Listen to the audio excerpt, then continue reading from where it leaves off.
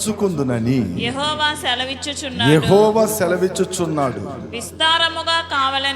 విస్తారంగా కావాలని మీరు ఎదురు చూస్తురి గాని కొంచెముగానే పండెను.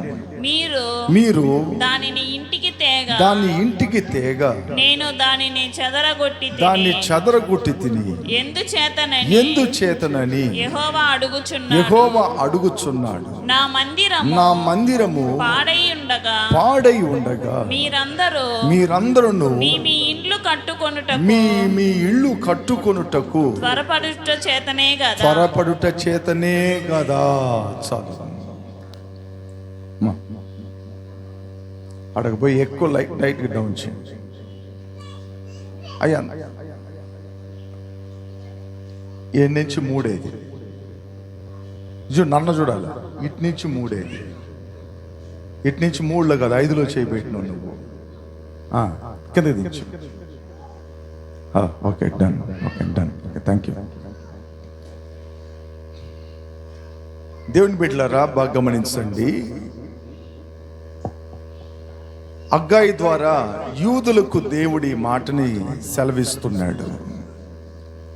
తన మందిరము కట్టు పని విషయంగా, తన మందిరము పాడై ఉన్న విషయంగా దేవుడు హగ్గయి అనే ఒక ప్రవక్త ద్వారా యూదులను ప్రోత్సాహపరుస్తున్నాడు, వారిని ఎంకరేజ్ చేస్తున్నాడు. మీరు వెళ్ళండి, అలా వెళ్ళి పర్వతాలు ఎక్కండి అటంటున్నాడు. బాగా గమనించండి, వాక్యంలో రాయపడి ఉంది, మలై మేల ఏరుంగ போட்டிருக்காங்க. மலை மேல ஏறுங்க, மரங்களை வெட்டி கொண்டு வாங்க அப்படின்னு வேதத்துல போட்டிருக்கு. நல்லா யோசிக்கணும். நம்ம ஆண்டவராக இயேசு கிறிஸ்து தன் ஆலய பணிக்காக, தன் ஆலயம் கட்டுறதுக்காக பாஸ்டர் போ அப்படின்னு சொல்லல. அவர் போ சொன்னது யாருன்னா அந்த பகுதியில் இருக்கிற மக்களை சொன்னார். அந்த பகுதியில் இருக்கிற அந்த ஜனங்க கிட்ட சொன்னாரு, அந்த மைக் வாங்கிங்க, அது உடஞ்சிச்சுன்னா 4000.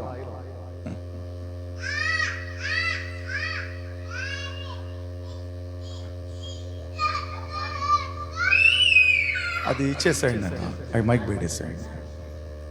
Okay done.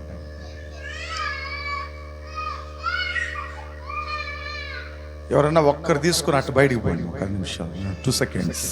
నేను చెప్పబోయేది 20 నిమిషాల వాక్యము, దాంట్లో అది మంచిగా చెప్పాలనుకుంటున్నాను. డన్. దేవుని బిడ్డలారా బాగా గమనించండి, ఎందుకంటే ఇది లైవ్ ప్రోగ్రామ్ పోతా ఉంటుంది. నిన్న పాప చదువుతూ ఉండింది, మధ్యలో పిల్లల సౌండ్ వినపడింది. ఒక ఆయన అడిగాడు, ఏంటి ఒక సౌండ్ వినపడింది, ఎవరో బైబిల్ రీడ్ చేస్తూ ఉన్నారు, ఒక సౌండ్ వినపడింది అని అడిగాడు. యూట్యూబ్ ఛానల్లో అప్డేట్ చేస్తూ ఉంటాను, అందువల్లే దాని కొరకే కొద్దిగా మీరు అందరూ సహకరించాలి నాకు. దేవుని బిడ్డలారా బాగా గమనించండి, వాక్యంలో రాయపడినట్లుగా పర్వతాలు ఎక్కండి, మ్రాలును తీసుకొని వచ్చి మీరు ఈ మందిరాన్ని కట్టినేడలా అంటున్నాడు. ஆண்டவராக இயேசு கிறிஸ்து என்ன சொல்றாருன்னா, நீங்க மலை மேல ஏறுங்க, மரங்களை வெட்டுங்க அப்படின்னு. யாருக்கு இந்த வார்த்தை சொல்றாரு? யாருக்கிட்ட சொல்றாரு? ஹக்காய் கிட்ட சொன்னாரா? ஹக்காய் நீ போ, நீ தானே சர்ச் பாஸ்டர், நீ போய் இதை செய் அப்படின்னு அந்த தீர்க்கதரிசி கிட்ட சொல்லல அவரு. இந்த தீர்க்கதரிசி மூலியமாக அந்த கிராமத்தில் இருக்கிற மக்களுக்கு சொல்றாரு, யூதர்களுக்கு சொல்றாரு, நீ அங்க செல்லு அப்படின்னு. தேவன் பிள்ளைகளே நல்லா கேட்டுக்கணும். நம்ம எல்லாம் எதுல பலவீனமா இருக்கிறோமோ நல்லா தெரிஞ்சுக்கணும். சபைக்கு போறது பெருசு இல்ல, நம்ம எங்கெங்க பலவீனமா இருக்கிறோமோ, என்னென்ன தவறுகள் செய்யறோமோ, சபைக்கு போகிற நம்ம கிட்ட எவ்வளோ அந்த மேன்மை, எவ்வளோ ஒரு அதிசயம், அதிசயம் பெருமை, பெருமை. எவ்வளவு நம்ம வந்து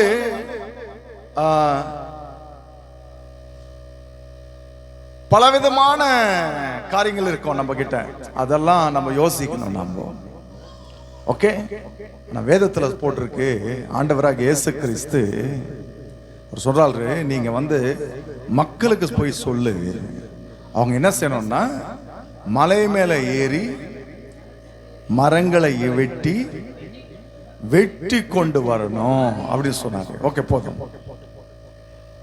அப்போ யார் இந்த சபை கட்டணும், யாரு கட்டணும்? அப்ப யோசிக்கணும் நம்ம, யாரு கட்டணும் சபை? யாரு கட்டணும்? ஜனங்க தான் கட்டணும்.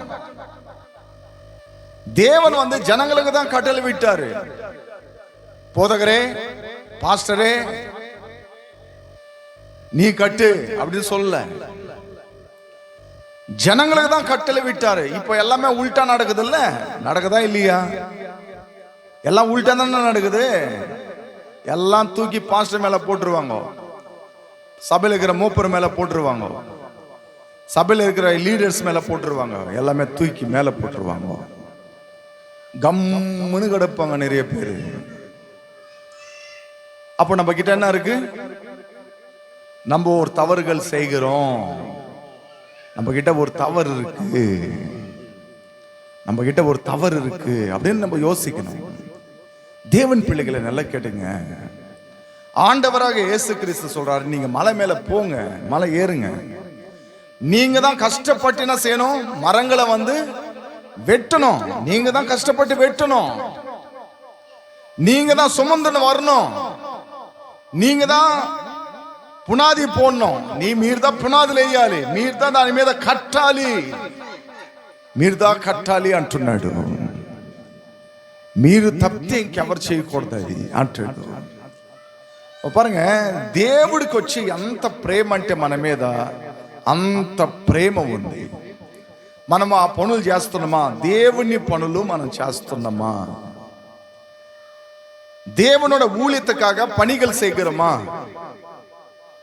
தேவனுக்காக நம்ம சிறு சிறு ஊழியங்கள் எல்லாம் கடவுள் நம்மளை நம்பி கொடுத்தா அந்த ஊழியத்தை வந்து நம்ம நம்பிக்கையா செய்யறோமா அப்படின்னு யோசிக்கணும். நம்ம கடவுள் எனக்கு கொடுத்த ஒவ்வொரு சின்ன வேலையும் அற்பமாக எண்ணாதபடிக்கு அந்த அந்த ஊழியத்தை வந்து ரொம்ப வாஞ்சியோட பண்றதுக்கு அந்த திராணி உள்ளவர்களாக நம்ம மாறுகிறோமா? நம்ம யோசிக்கணும் அதெல்லாம். ஆனா கடவுள் சொல்றாரு, நீ தான் போகணும், நீ தான் மலை மேல ஏறணும். மலை மேல ஏறணும்னா ரொம்ப ஈஸியா இருக்குமா? என்னங்க ஈஸியா இருக்குமா? நாங்க இப்ப கொடைக்கானலுக்கு போனோம் நடுவுல, மே மாசத்துல. அங்க ஒரு பார்க் ஒண்ணு இருக்கு. என்ன பார்க்குமா அது? சத்தமா சொல்லு, காது கேட்கல. பைன் பார்க் சொல்லிட்டு ஒரு இருந்தது. இந்த எங்களோட வண்டிக்காரன் என்ன பண்ணான்னா, நாங்க வந்து நான் மேல இருப்பேன், நீங்க அந்த கொஞ்சம் தூரம் மலை மேல ஏறிட்டு, இது சிமெண்ட் ரோடு தான், ஏறிட்டு நீங்க மேல வந்துருங்க. நாங்க இங்க இருந்து ஒரு 100 மீட்டர் இருக்கும், அவ்வளவுதான் அந்த மலை. 100 மீட்டர் ஏறதுக்குள்ள பேக் போயிடுச்சு எல்லாருக்கு. 100 மீட்டர் ஏறதுக்கு இப்படி இருக்கு, அவ்வளவுதான். ஐயோ, அந்த ஆளை சும்மா கீழே இறக்கி விட்டுருக்கலாம், நம்ம வண்டி இப்படி திருப்பின்னு வா சொல்லி. நம்ம தான் ஏறிட்டோம், பார்த்தா எல்லாரும் இப்படி பிடிச்சி நிக்கிறாங்க, முடியல. அப்போ ஒரு மலை மேல ஏறணும்னா கஷ்டம் இருக்கு.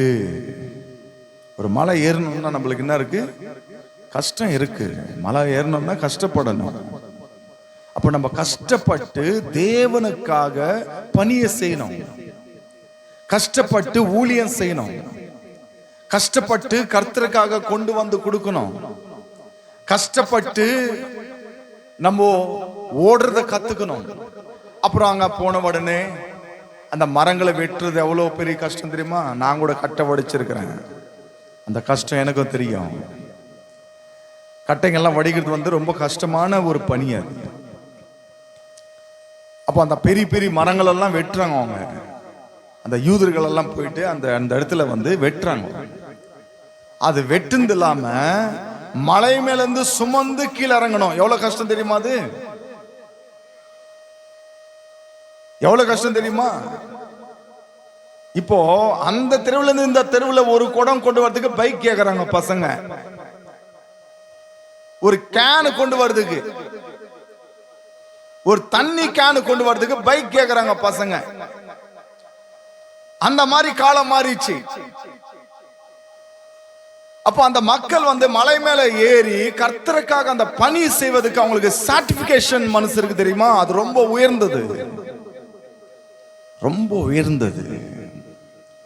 தேவன் பிள்ளைகளை நல்லா யோசிங்க. கர்த்தர் சொன்னாரு, நீங்க கொண்டு வந்து முதலாகிய இந்நாளையத்தை கட்டுங்க, உங்க தேவைகள் எல்லாம் நான் பூர்த்தி செய்து கொடுப்பேன் என்று கர்த்தர் வாக்கு கொடுத்தாரு. கரங்களை தட்டுங்க, தட்டுங்க. முதலாகிய பணி செய்யுங்க. பாடா கடந்திருக்கிறேன் என் ஆலயத்தை நீங்க கட்டுங்க முதலாக. அப்போ உங்களுக்கு என்ன தேவைகளோ எல்லாமே நான் தரேன் உங்களுக்கு. அப்ப அந்த ஜனங்கள் மேல போயிட்டு அருமையாக ஏறி மரங்களை வெட்டி அவர் ஆலயத்தை கட்டுறதுக்காக வந்தாங்க. தேவன் பிள்ளைகளை நல்லா கேட்டுக்கணும். நம்ம சபைக்கு போறோம், எந்த ஒரு ஊழியத்தை நம்ம எடுத்துக்கின்னு செய்யறோமா? ஏதாவது ஒரு ஊழியம் செய்யறோமா நம்ம சபையில? ஒரு தண்ணி கேன் இல்ல, யாருன்னா அனுப்புறோமா?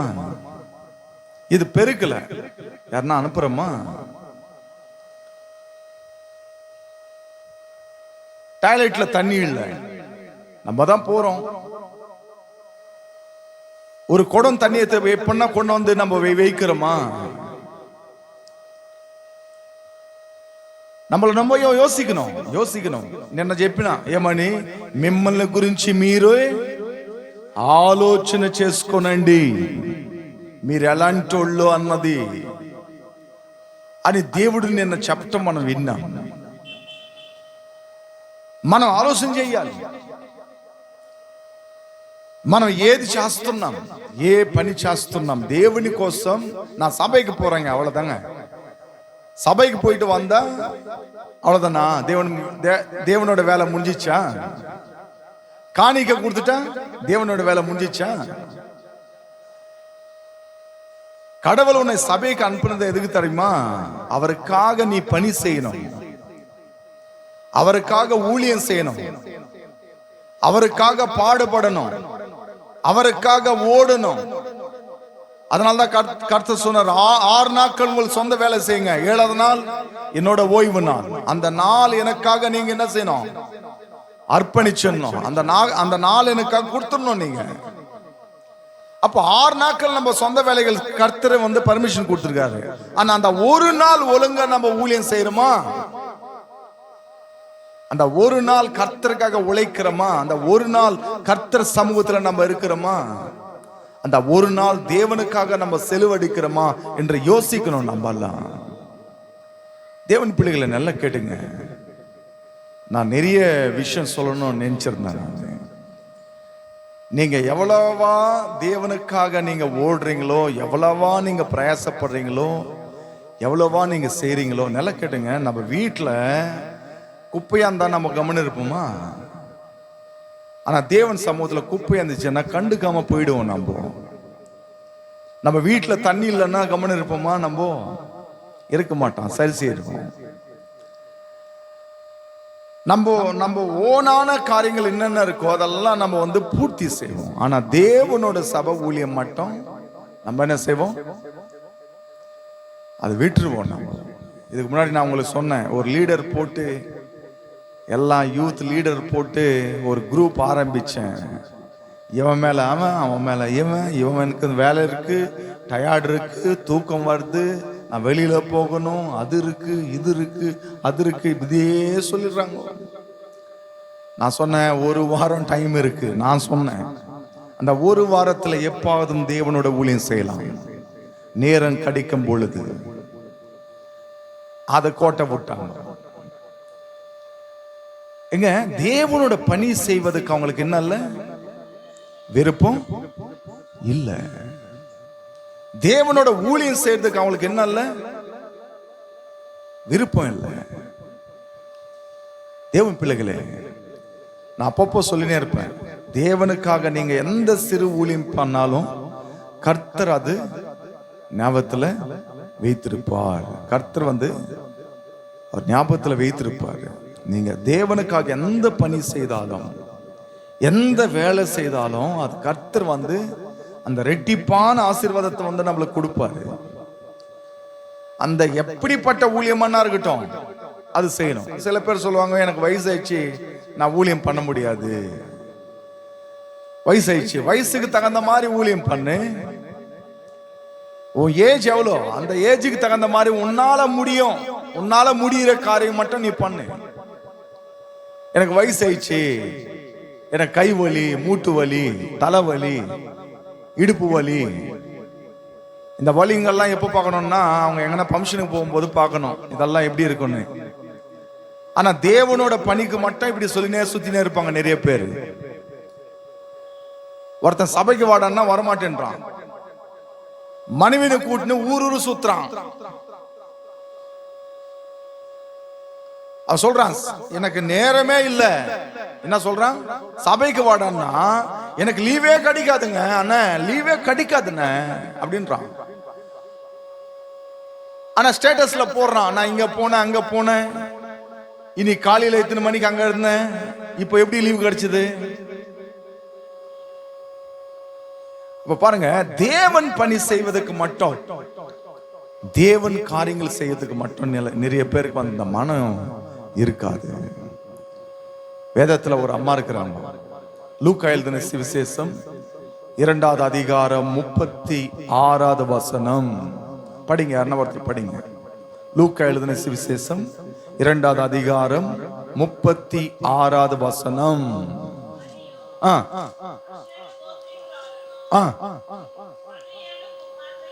పనియేలు కుమార్తెనైన అన్నాను ఒక ప్రవక్తి ఉండెను. ఆమె కన్యత్వము మొదలు 7 ఏండ్లు పెనిమిటితో సంసారము చేసి బహుకాలము గడిచినదై 84 సంవత్సరములు. బాగా గమనించాలి, ఎక్కడి నుంచి మాట గమనించాలా. 84 సంవత్సరాలుగా విధవరాలై ఉండి దేవాలయము విడవక ఉపవాస ప్రార్థనతోను రేయింబగళ్ళు సేవ చేస్తూ ఉనింది. ఆ వయసు ఎంత? 84 ఏండ్లు. మీలో ఎవరికి కూడా 84 ఏండ్లు లేవని నేను అనుకుంటున్నా. ఇక్కడ కూర్చొని ఉన్నవాళ్ళు అంత ముసలోళ్ళే ముతకోళ్ళే అవ్వలేదు. ఇంకా మీరు ఊతకర్ర పట్టుకొని తిరగలే. ఇంకా 84 ఏండ్లు అంట ఆమెకు వయసు.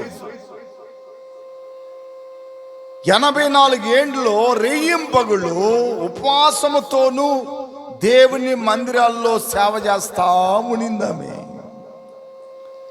ஆம் பேர் அண்ணா.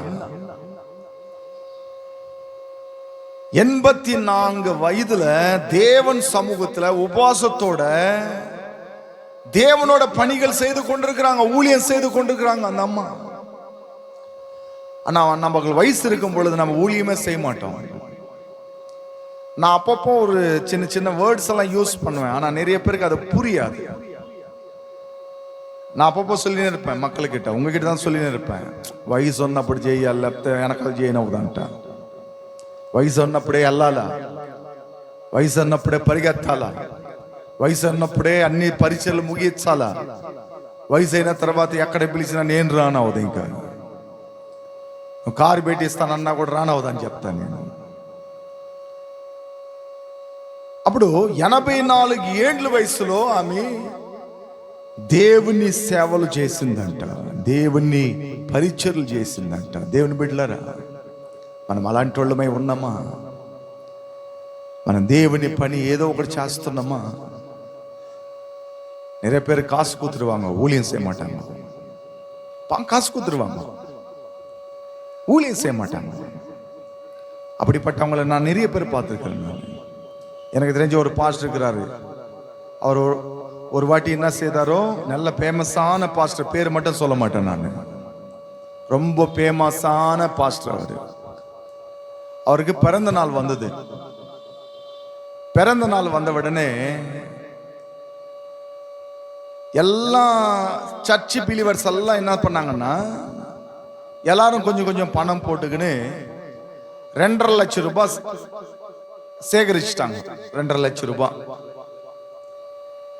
சேகரிச்சுட்டு நேரா பாஸ்டர் கிட்ட போயிட்டு ஒரு 5 பேர், ஐயா இந்த வருஷம் உங்களுக்கு நாங்க பர்த்டே பண்ணணும் அப்படின்னு ரொம்ப வாஞ்சியா இருக்கிறோம் அப்படின்னு அவர்கிட்ட சொன்னாங்க.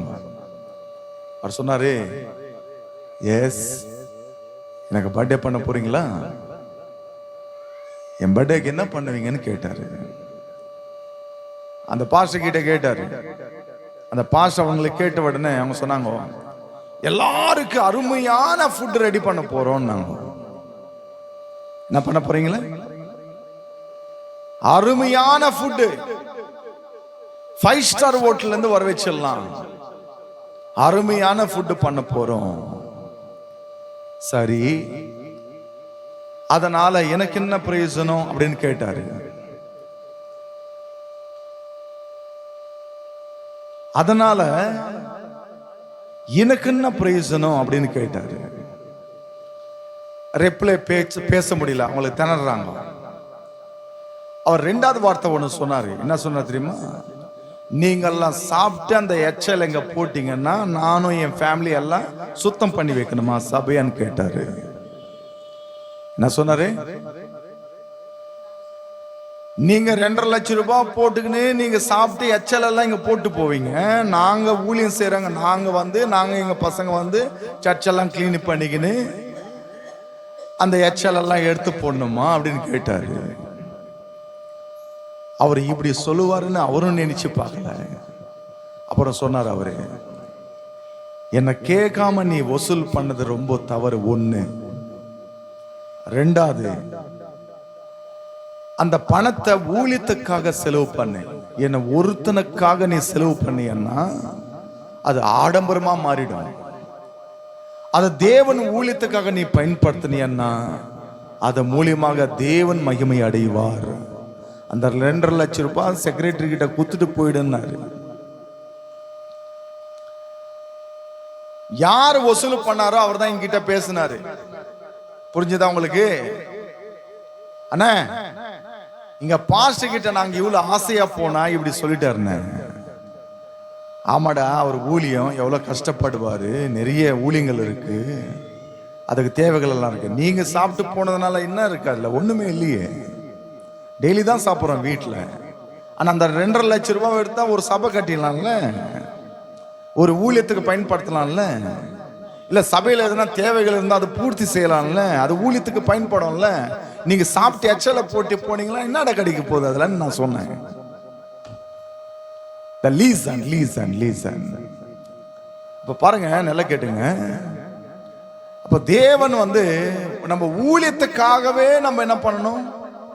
நிறைய யோசனைகள் நம்ம கிட்ட இருக்கணும். 84 வயதுல வந்து அந்த அம்மா கர்த்தருக்காக பணி செய்தாங்க. அப்ப நம்ம வந்து ஆக்டிவா இருக்கிறது கத்துக்கணும். நீதிமொழி எழுதின புத்தகம், நீதிமொழி 4வது அதிகாரம் 10வது அதிகாரம், நீதிமொழி 10வது அதிகாரம் 4வது వచనం. సామెతలు 10వ అధ్యాయము 4వ వాక్యాన్ని చదవండి. సామెతలు బద్ధకముగా పని చేయువాడు దరిద్రుడవుతాడు, శ్రద్ధగలవాడు ఐశ్వర్యవంతుడవుతాడు. చాలు దేవుని బిడ్డలారా, దేవుని సేవే గాని మన సొంత ఇంట్లో పనులే గాని మనం ఎట చేయాలంట?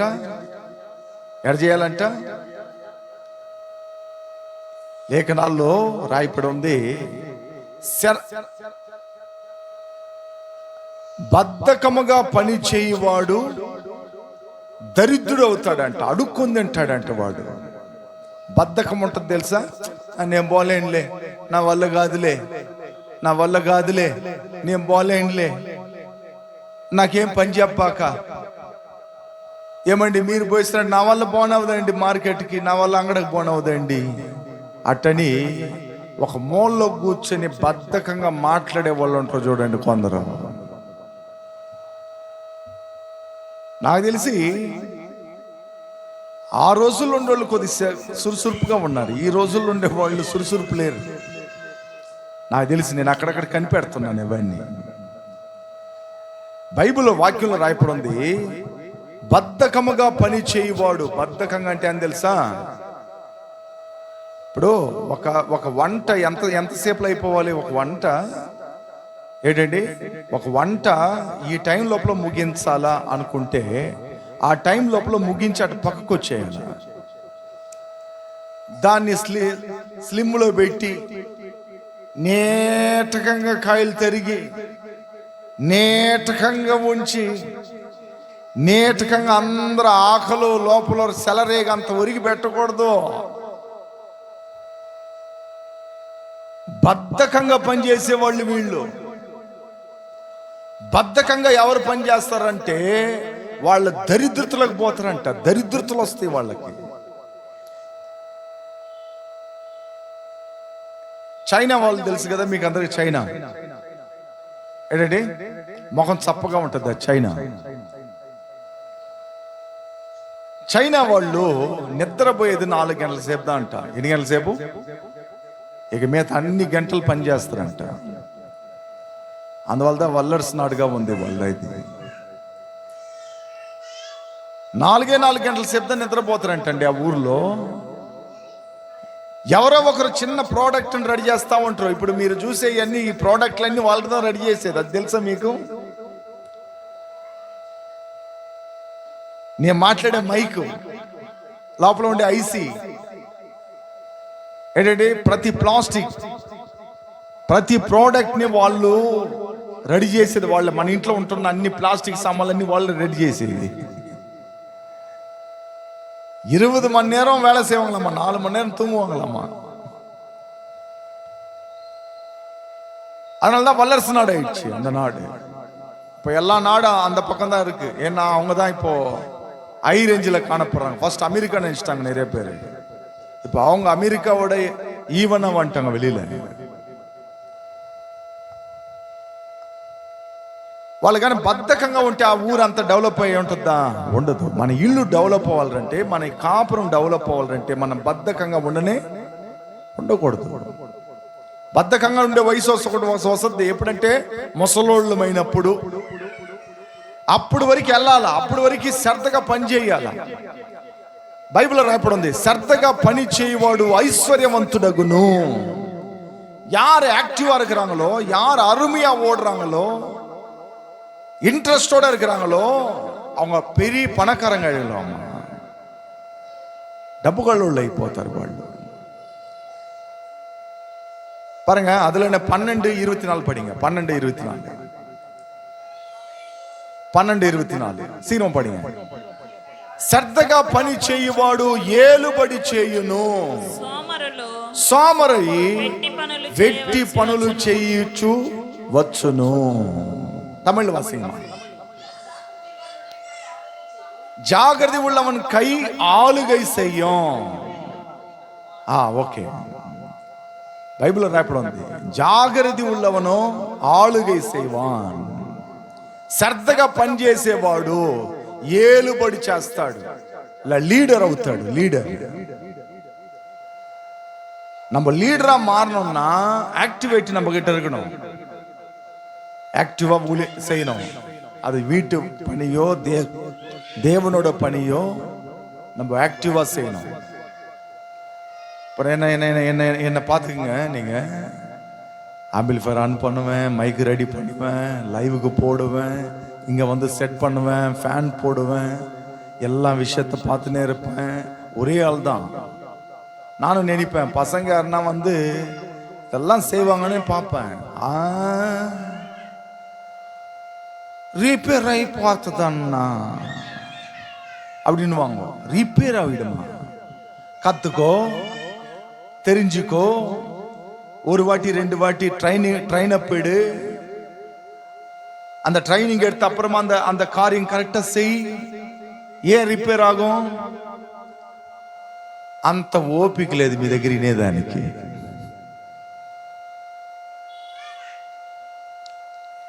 యూట్యూబ్ ఛానల్లో నేందా ఆ తమిళనంతా పెట్టేది, ఆ ఎడిటింగ్ వర్క్ నేందా చేసేది. ఇట్లా ఫ్యామిలీని రన్ చేస్తున్నా, సేవని రన్ చేస్తున్నాను, కొత్త అయిన విషయాలను ఆలోచన చేస్తున్నా, పాస్టర్స్ మీటింగ్ రన్ చేస్తున్నాను. అన్ని విధాలుగా ఆలోచనలోకి వెళ్ళిపోతా ఉంటాను నేను. చాలా మంది అనుకుంటా ఉంటారు, ఏమనుకుంటుంటారో నాకు తెలియలా, అన్నే చేస్తున్నాను అనుకుంటున్నారా? మీరెవరు చేయలేకపోయే కదా నేను చేయాల్సి వస్తుంది, ఏం చేద్దాం?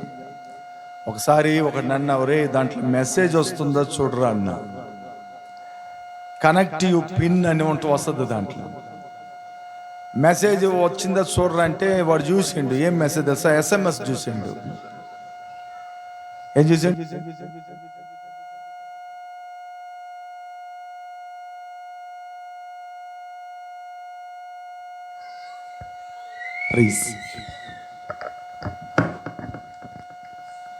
అది చూసి అన్న వచ్చిందన్నా నేనా గంట సేపు ప్రసంగం ఎదురు మాట్లాడినా, బ్రహ్మాండంగా మాట్లాడాను రా, యూట్యూబ్ ఛానల్ అప్డేట్ చేయాలా అని ఇంటికి పోతే సౌండే రాలా. నేను ఇంటికి పోయి ఫోన్ చేసిన, తమ్ముడు నువ్వు పిన్ని పెట్టేటప్పుడు మెసేజ్ ఒకటి వస్తుంది చూడమంటేనే చూసినానన్నా, అదేదో ఎయిర్టెల్ SMS వచ్చిందన్నా. ఓరే సామె, నేను పిన్ కనెక్ట్ అయిన మెసేజ్ అడుగుతున్నాను రా. అవునన్నా మీరు అదే చెప్పారా? అది రాలేదన్నా, SMS తో వచ్చింది. ఇంక నీకు దండం, నువ్వు పోయి కూర్చో. అట్లని పని ఇవ్వటం మానేసేసాను. లీజన్ ఎవరు శ్రద్ధగా ఉంటారో వాళ్ళు ఏం చేస్తారంట, ఏలుబడి చేస్తారంట, నాయకత్వం తీసుకుంటారు, లీడర్ అవుతారు. శ్రద్ధగా ఉండాలి. మన దగ్గర కూడా అధ్యక్ష వహించేదానికి చాలా మంది వచ్చారు, పాపం యాక్టివేట్ లేదు. మనం ఎంత ఫ్రుష్ చేసినా కూడా ఆ ఫ్రుషింగ్లో నిలబడలేకపోతున్నారు. ఫ్రుషింగ్ అంటే తెలుసా? మనము ఎంత నచ్చ చెప్పినా కూడా ఆ ఫ్రుషింగ్లో వచ్చి నిలబడాల. అది నిలబడుకునే ఆ కెపాసిటీ రాకపోయింది అనుకోయా, అది కష్టం. ఒక ఆయన అయితే ఇంతకుముందు పాత మందిరం ఉండేటప్పుడు ఆ బలిపీఠ దగ్గర నిలబడుకొని అధ్యక్ష వహిస్తాడు. అసలు ఏమీ తెలియదు, చెత్త. ఆ విషయాలు మాకు బాగా తెలిసి కూడా మేము ఏం చేస్తాం తెలుసా, మైక్ ఇచ్చి అధ్యక్ష వహించని చెప్పుకుంటాము. ఎందుకు చెప్ప, మా అందరం తోసేస్తే ఎట్లరా, వాళ్ళన్నా కొద్దిగా ఎంకరేజ్ అవ్వని, డెవలప్మెంట్ అవ్వని అని. ఇప్పుడు నిన్న చూడండి, సుశీలమ్మ గారు 2 ముక్కలు ప్రార్థన చేసింది, బ్రహ్మాండం చేసింది. 2 ముక్కలు ప్రార్థన. అప్పుడు మనము ప్రార్థన చేసేటప్పుడు ఒకరిని ఎంకరేజ్ చేస్తున్నాం. ఎందుకు మేము ప్రార్థన ఎవరో చేయలేదు, మీకు మైక్ వస్తుందని ఎందుకు చెప్పినాం? మీరు ప్రార్థన చేయాలన్నది మా ఇష్టం, మాకు అది చాలా అభిమానం, అది ప్రేమ, అది మిమ్మల్ని ప్రార్థనలో నడిపించాలన్నది. ఏ ఒక్కరు ప్రార్థన తెలియకుండా ఉండకూడదు సంఘానికి వచ్చేవాళ్ళు. కాబట్టి ఎంకరేజ్ చేస్తూ ఉంటాం మేము. అప్పుడప్పుడు ఒక ఆయనకి ఇచ్చాము, ఆయనకి అసలు ఏం తెలియదని తెలుసు, మాకు మైక్ ఇచ్చి అంతగా ఆయన అధ్యక్ష వహిస్తా చక్కగా ఆయన పోతా ఉనిండా. ఎవరో ఒకరు మనకి ప్రాముఖ్యమైన వాళ్ళు వస్తారు, ఒకరు కట్ అయిన తర్వాత ఇంకొకరు వస్తారు కదా. అట్లా ఈయనకి ఇచ్చేలేకే ఆయనకు వచ్చిన ఆయనకి నేను ఇంతకుముందు నేను కదా అధ్యక్ష వహించేది అని పొరాపున వచ్చింది. ఏమొచ్చింది? పొరాపున వచ్చింది. నీ పనిలో నువ్వు శ్రద్ధగా ఉండుంటే నువ్వు ఏలుబడి చేసే వ్యక్తిగా నువ్వు మార్చబడతావు. నీ పని నువ్వు పోగొట్టుకున్నావు, దేవుడు నీకు ఇచ్చిన అవకాశాన్ని నువ్వు దారబోసావు, దేవుడిచ్చిన కార్యాన్ని బొత్తిగా వదిలిపెట్టేసావు నువ్వు. దేవుని బిడ్డలారా, బాగా గమనించండి. శ్రద్ధగా ఎవరైతే పని చేస్తారో వారు ఏలుబడి చేస్తారంట అన్నిట్లో. మీ ఇంట్లో దేవుని బిడ్డలారు బాగానండి, మీరు యాక్టివ్ కలిగిన మనిషి అయితే మీ ఇంట్లో మీరు నాయకులుగా ఉంటారు. రెండేది, మీ జాబ్, మీ పనిలో మీరు కానీ యాక్టివ్గా ఉన్నారంటే, శ్రద్ధగా పనిచేసే వాళ్ళు అయితే మీ పనిలో మీరు పెద్ద లీడర్గా ఉంటారు. అదేవిధంగా సంఘం, దేవుని యొక్క మందిరంలో మీరు కానీ ఎంత శ్రద్ధతో దేవుని సేవలు మీరు కొనసాగించారంటే మీరు లీడర్గా నిలబడుకోగలుగుతారు. ఈ 3 కేటగిరీలు నిలబడటానికి నీ దగ్గర శ్రద్ధ ఉండాలి, ఆ యాక్టివేట్ ఉండాలి, ఆ శ్రద్ధగా ఉండాలి. బైబిల్లో రాయబడింది, సోమరి వెట్టి పనులు చేయుచుండు వచ్చును. వెట్టి పనులు అంటే అని తెలుసా? పోయి ఆ టీ తీసుకురాపో, అది తీసుకుని వచ్చి పెట్టు. వేరే రేంజ్కి వెళ్ళిపోతుంది, వేరే రకానికి వెళ్ళిపోతుంది, వేరే త్రోవకి వెళ్ళిపోతూ ఉంటుంది. అప్పుడు గమనించాలి, మన లైఫ్లో మనం సోంబేరితనంగా ఉన్నామంటే కిందకి దిగజారిపోతానే ఉంటాం, కిందకి మనము అలాగే కిందకి వెళ్ళిపోతూ ఉంటాం. అట్లా మనం ఎప్పుడు కూడా ఉండకూడదు. దేవుని బిడ్డలారా, ఇప్పుడు హగ్గయి పుస్తకానికి వచ్చేయండి. దేవుడు అంటాడు, మీరు పర్వతాలు ఎక్కండి, మానులు నరకండి, నా మందిరాన్ని కట్టండి అంటాడు.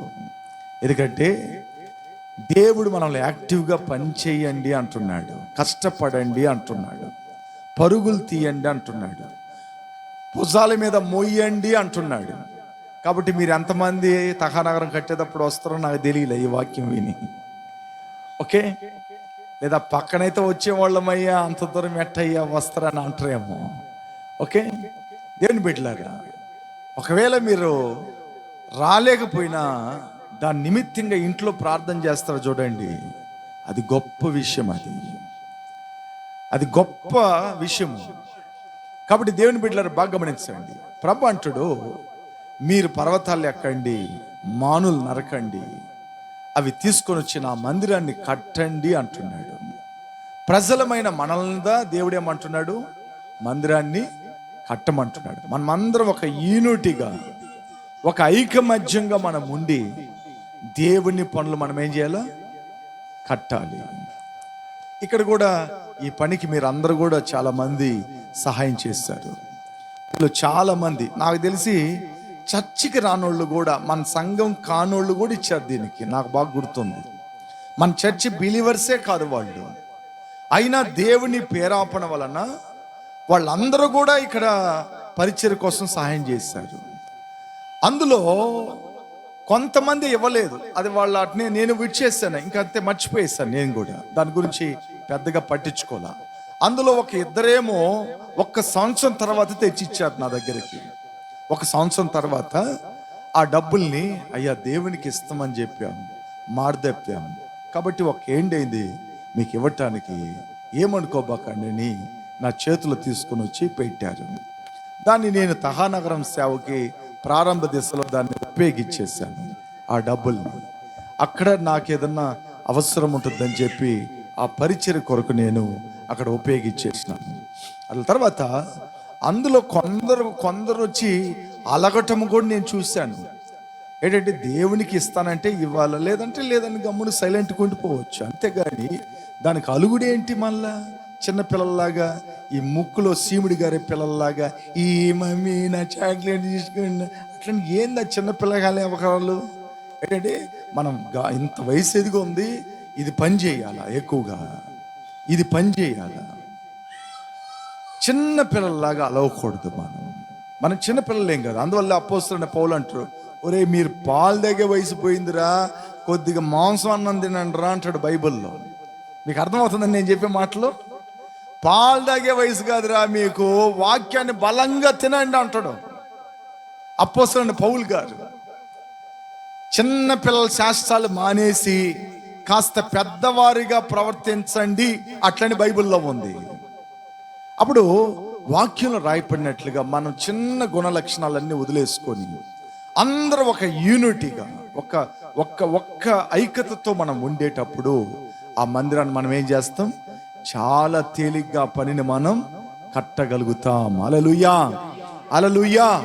ఓకే, ఈ మందిరం కట్టేటప్పుడు కూడా నాతో ఎక్కువ సమయం గడిపింది ఒక్క 20 రోజులు మదన్ గడిపాడు అనుకుంటాను. ఆ తర్వాత తీమోతి ఎక్కువ గడిపాడు. ఆ తర్వాత పాస్టమ్మ. నేను ఇక్కడే ఉంటాను, ఉదయం నుంచి రాత్రి వరకు ఇక్కడే ఉంటాను. నేను ఉదయం నుంచి ఎక్కడి వరకు ఉంటా, రాత్రి వరకు. ఉదయాన్ని ఇక్కడికి 7-8 కంతా లోపలికి ఎంటర్ అయిపోతాను. 8 కంతా ఎంటర్ అయినానంటే నేను ఇంటికి వెళ్ళేది 9 o'clock. ఇవన్నీ సరి చేసుకొని ఇక్కడ ఉన్న చెత్త అన్నీ తీసి అన్ని పక్కకు పెట్టి అన్ని శుభ్రం చేసి నెక్స్ట్ ఏం చేయాలని ఈ రోజు ఆలోచన చేసుకొని రేపటి దిన ఆ పనులన్నీ కూడా నేను పూర్తి చేయటానికి పూనుకుంటాను. అంత శ్రద్ధ నేను చూపించబడ్డదా ఇలాగ రెడీ అయింది. ఆమేన్, హల్లెలూయా, హల్లెలూయా.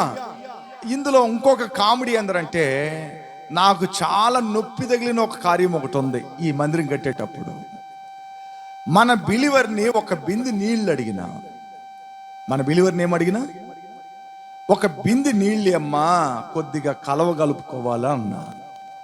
ఆ మాటకి నీళ్లు మాకే కష్టము, ఆ బిలీవర్ లాగా మాట్లాడలా, పక్కింటోళ్ళలాగా మాట్లాడింది ఆమె. బెత్తరపోయినా నేను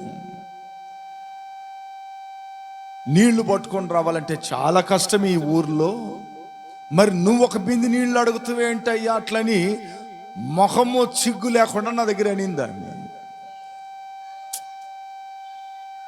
మీరేమన్నా అనుకోండి, నేను బాధపడతా స్టెప్స్ ఎక్కి పైకి వచ్చినాను. ఒక పాస్టర్గా నేను వచ్చి ఒక బింది తీసుకొని ట్యాంక్ దగ్గర నిలబడుకోలేక ఆల్రెడీగా రోతలో ఉన్నాను. టీ షర్ట్ వేసుకొని ఉన్నాను, ప్యాంట్ అంతా మురికి, షర్ట్ అంతా మురికి. ఇక్కడ పనులు చేస్తా దుమ్ము ధూళ్ళలో తిరగతా ఉన్నా, అందరితో కలిసి మలిసి పనులు చేస్తానే ఉన్నా. ఆ బిలీవర్ ఆ టనెలకి బాధపడతా పైకి వచ్చినాను. వచ్చిన గంట సేపులో పెద్ద జోరు వర్షం పడింది. ఇక్కడ చవలు కొట్టండి గట్టిగా. డ్రమ్ము నిండా నీళ్ళు పట్టినా. నేను అనుకున్నా, ఒక బింది ఈలేకపోయారు వాటర్.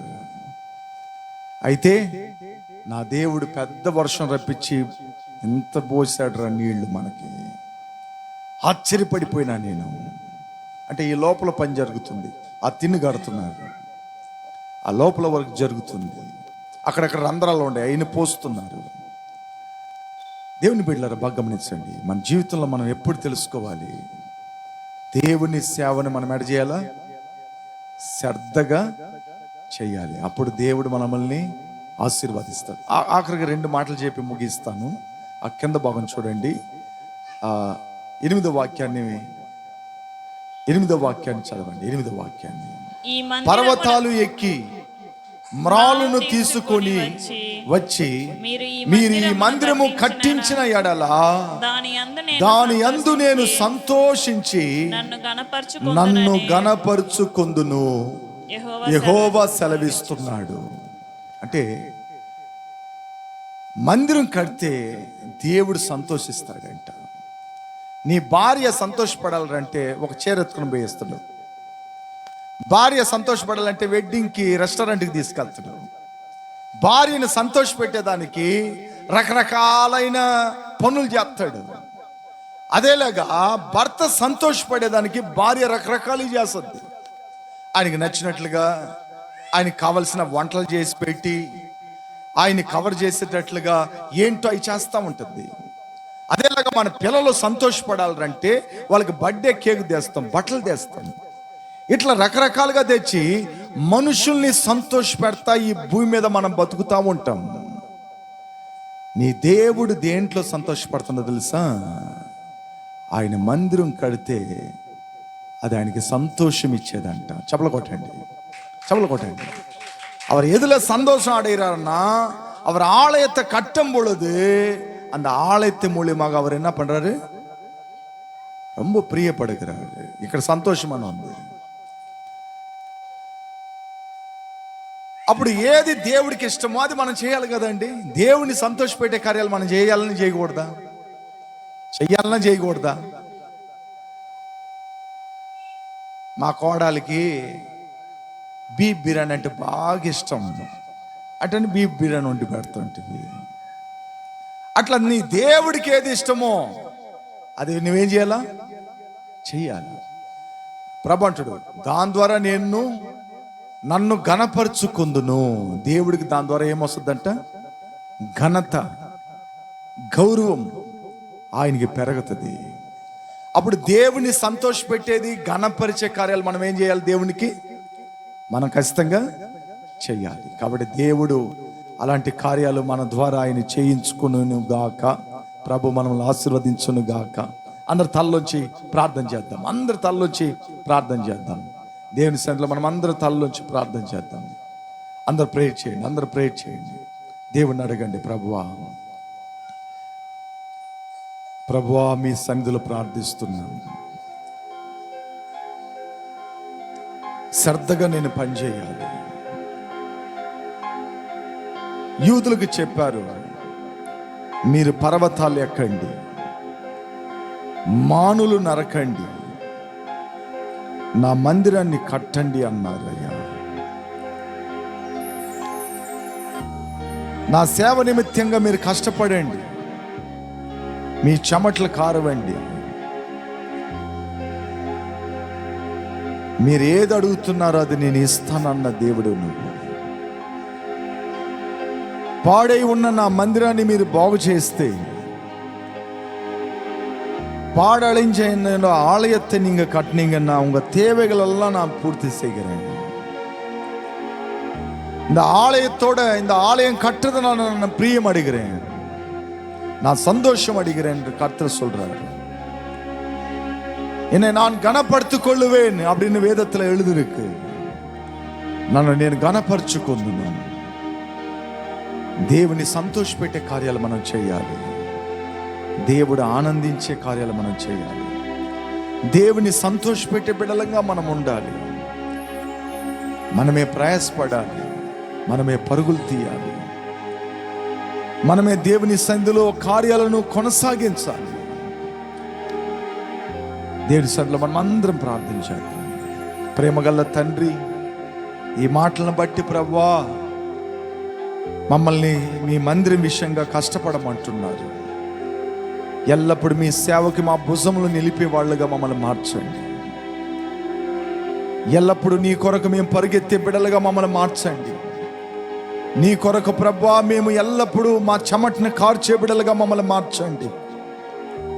అలాంటి కృపను మీరు అనుగ్రహించమని ఈ 3వ రోజు యొక్క ప్రభువా యొక్క ఉపవాస కూడికలు మేము చేసిన విన్నపాలను మీరు ఆశీర్వదించి మీ మందిరంలో ఘనత మీరు తెచ్చుకోండి అయ్యా. మీరు దాని ద్వారా సంతోషపడుతున్నారని బైబిల్లో రాయబడి ఉంది. మీరు సంతోషపడే కార్యాలు మేము కొనసాగించాలి. ఆ భాగ్యము, ఆ కృప మాకు దయచేయమని నజరుడైన యేసుక్రీస్తు నామములో ప్రార్థిస్తున్నాను తండ్రి, ఆమేన్. నా ప్రాణమా యెహోవాను స్తుతించుము, నా తన సమస్తమైన పరిశుద్ధనామమును స్తుతించుము. నా ప్రాణమా యెహోవాను స్తుతించుము, ఆయన చేసిన ఉపకారములను దేనిని మరవకము. ఆమేన్. మన తండ్రి అయిన దేవుని ప్రేమ, మన ప్రభు అయిన యేసుక్రీస్తు కృప, పరిశుద్ధాత్ముని అన్యోన్య సహవాసం మనందరితో కూడా ఉండునుగాక. ఆమేన్. హల్లెలూయా, హల్లెలూయా. ప్రశాంత్ మీకు అందరికి వందనాలు. Praise lord.